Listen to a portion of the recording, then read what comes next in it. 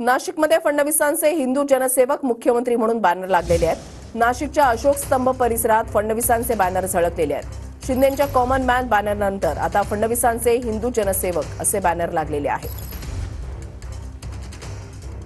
काल महायुती सरकारचा शपथविधी सोहळा झाल्यानंतर एकनाथ शिंदे, अजित पवार यांनी उपमुख्यमंत्री पदाची तर देवेंद्र फडणवीस यांनी मुख्यमंत्री पदाची शपथ घेतलेली आहे। मात्र नाशिकमध्ये मुख्यमंत्री देवेंद्र फडणवीस यांच्या समर्थकांनी आणि भाजपच्या कार्यकर्त्यांनी हे देवेंद्र फडणवीस यांचे अनोखे बॅनर लावलेले आहे।